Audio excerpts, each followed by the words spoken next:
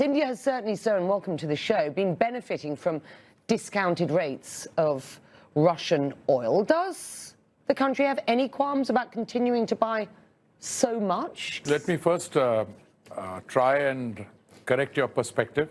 We ended the financial year 2022, that is 31st March 22. The purchases of Russian oil was not 2%, 0.2%, number one. Number two, we still buy only in a quarter what Europe buys in one afternoon. So let's be very clear about what the perspective is. Where will we buy from? Russia is not the largest supplier of oil to India.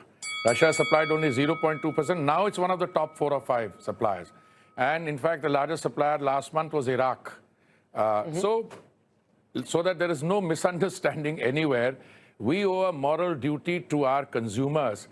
We have 1.34 billion population, and we have to ensure that they are supplied with energy, whether it's petrol, diesel. Let's be quite clear. Russian oil is imported, it is refined, and then it is exported to Europe, sir. That was done by some private sector companies, not by the OMCs. Who buys Russian oil, where it is refined? You're not denying that's happening. No, there's no question. We have nothing to do with that. First of all, the government doesn't do the buying. Let me be very clear. Oil trade is conducted by economic entities. You know something? I bought last year from the United States $20 billion worth, which is almost half of what I buy from OPEC.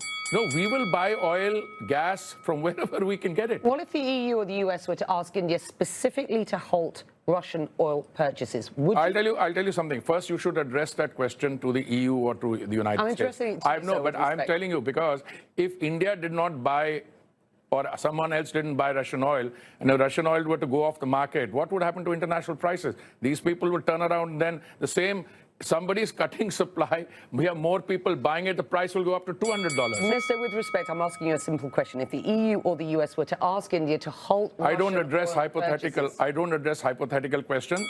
If the EU wants to come up with something, they will talk to us. We will examine what's in it. So what is on offer now? We have a situation where Hungarian oil can come in through a pipeline, and it's exempt from the so-called price cap. Chinese oil goes through, Russian oil goes to China through the pipeline, it is exempt. Japan can buy it. So I'd like to find out whom the price cap is aimed at. Okay. And we'll have a good, robust discussion on that. Look at the way you are looking at it. We have had healthy discussions going on with the West, the United States, and the Europeans.